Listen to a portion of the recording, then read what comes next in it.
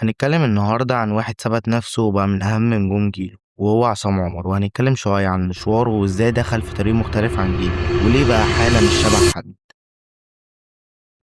وهنعرف برضه ليه عصام عمر مختلف عن كل نجوم جيله. وبس صلي على النبي ويلا نبدأ.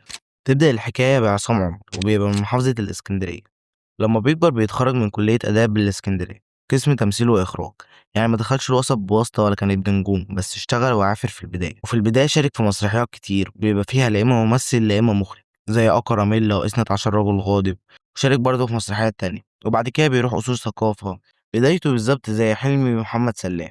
وتقريبا التلاتة المشترك بينهم إن الكوميديا بتاعتهم غالية ونضيفة ومش بتعتمد على الهطل. شارك في أدوار صغيرة زي الرحلة وأنصاف مجانين، وأول ظهور تلفزيوني ليه كان حرمت يا بابا سنة 2010. وشارك برضه في 2015 في لما تامر ساب شوقية. كان في نجوم كتير المسلسل ده زي مي كساب والفنان نضال الشافعي والفنان لطفي لبيب.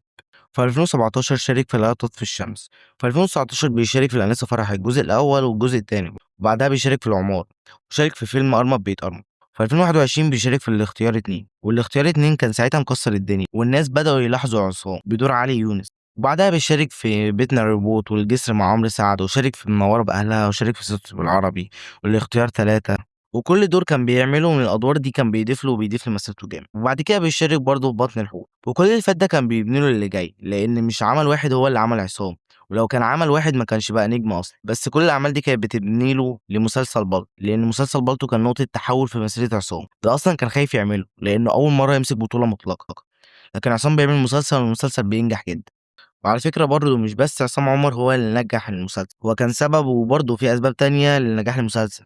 اولها الكاست بتاعه كان حلو جدا، وكان بيساعد برضه عصام عمر. وتاني حاجه الاخراج كان حلو جدا برضه. بس لو جيت حسبتها كده، لو في ممثل غير عصام هو اللي عمل الدور ده، هيبقى بنفس الإحساس؟ أظن لأ. بس هنا الدنيا بتصعب على عصام، لأنه بعد البطولة هيعمل إيه؟ هل هيكرر نفسه؟ والجمهور خلاص وثق فيه.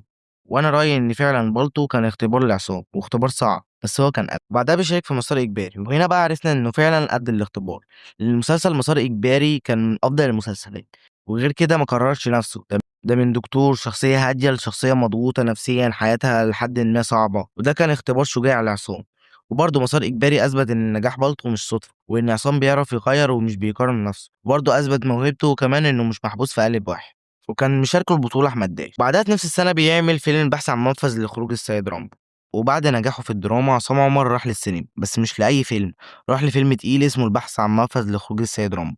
فيلم مش جماهيري تقليدي، مش بطولة سهلة، اختيار صعب، اختبار يثبت انه بيدور على تمثيل مش النجومية السريعة. وفيلم رامبو كان مختلف عن بالطو ومسار إجباري، كان فيلم سوداوي تقيل. وانا بعتبر الفيلم ده من افضل اعماله بجد. هتقولي ليه الفيلم ده من افضل اعماله؟ هقولك لانه الدور مش مضمون، لانه بعيد عن الاستسهال، ولانه برضه بيبين فيه نضج مبكر.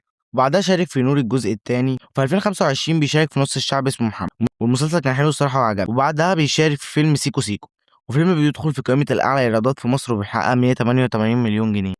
وبعد فيلم سيكو سيكو عصام اثبت انه ذكي في اختياراته، لان الممثل الحقيقي يعرف يلعب في كل المساحات. بعدها بيشارك في مسلسل بطل العالم من بطولته. بس هنا نقف شويه عشان عندي كلام كتير عن المسلسل ده. المسلسل ده حلو جدا بجد، وعجبني جدا لحد دلوقتي. يعني لسه متفرج على الحلقه السابعه النهارده، وبجد عجبني جدا. والكيميا بين عصام عمر وجيهان الشماشرجي والاسطوره محمد لطفي جامده جدا بجد. ولو تحبوا نعمل حلقه عن الفنان محمد لطفي قولولي ونبقى نعملها. وانت بجد لو بصيت كده في سيكو سيكو وبالطو وبطل العالم البحث عن منفذ لخروج السيد رامبو، هتلاقي ان العامل المشترك وسبب من اسباب النجاح الاعمال دي هو عصام عمر، لانه موهوب وعافر واثبت موهبه. وبرضه هيعمل في رمضان مسلسل اسمه عين سحرية، وهيبقى فيه فني كاميرا. انا متحمس للمسلسل ده بجد، لانه خلى الجمهور يثق فيه وفي اختياراته وفي ادائه، متاكد انه هيبقى جامد.